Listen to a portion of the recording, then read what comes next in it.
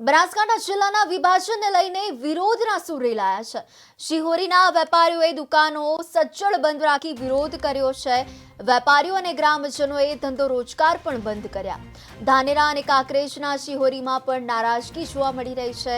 નવા જિલ્લાની શરૂઆત સાથે વિરોધના સૂર રેલાયા છે। બનાસકાંઠાના બે ભાગલા પાડીને વાવ થરાદને નવો જિલ્લો જાહેર કર્યો છે। સરકારના નિર્ણયનો મિશ્ર પ્રતિસાદ જોવા મળી રહ્યો છે। ધાનેરા અને કાંકરેજના શિહોરીમાં નારાજગી જોવા મળી રહી છે। બનાસકાંઠા જિલ્લાના વિભાજનને લઈને વેપારીઓ અને ગ્રામજનોએ ધંધો રોજગાર બંધ કરી સખત વિરોધ કરી રહ્યા છે। વાવ થરાદ જિલ્લામાં કાંકરેજનો સમાવેશ કરવામાં આવતા શિહોરીના વેપારીઓએ દુકાનો સજ્જડ બંધ રાખી વિરોધ વ્યક્ત કર્યો। કાંકરેજને બનાસકાંઠા જિલ્લામાં યથાવત રાખવાની શિહોરી વાસીઓની માંગ ઉઠી છે।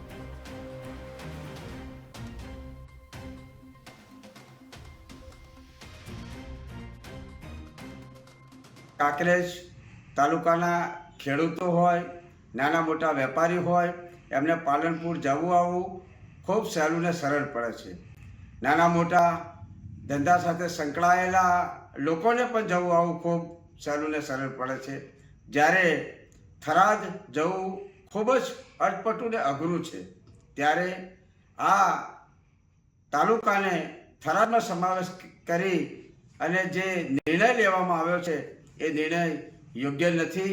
કોઈપણ પ્રકારનું ભૌગોલિક પરિસ્થિતિની તપાસ કર્યા વગર જે નિર્ણયો લીધા છે, હું સરકારને વિનંતી કરું છું કે કાંકરેજ તાલુકાને બનાસકાંઠા જિલ્લામાં જ સમાવેશ કરે એવી મારી જે વાવ થરાદ નવનિર્મિત જિલ્લો અને મૂળભૂત જિલ્લો બનાસકાંઠા વિભાજનમાં જે તાલુકાઓની જાહેરાત થઈ છે, એમાં કાંકરેજની અંદર કાંકરેજના લોકોની લાગણી મૂળભૂત બનાસકાંઠા જિલ્લા સાથે રહેવાની છે।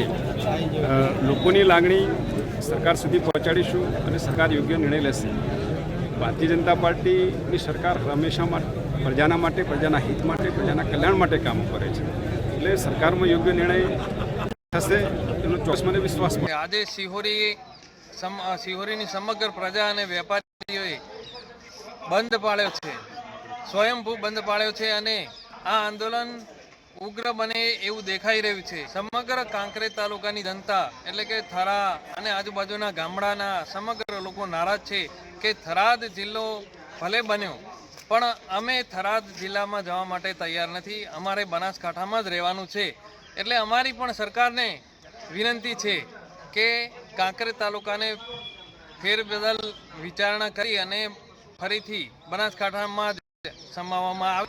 જો આ નિર્ણયમાં ફેરબદલ નહીં થાય તો સમગ્ર કાંકરેજ તાલુકાની જનતા આંદોલન કરશે અને આંદોલન ક્યાં સુધી ચાલશે એ નક્કી નથી। તો અમારી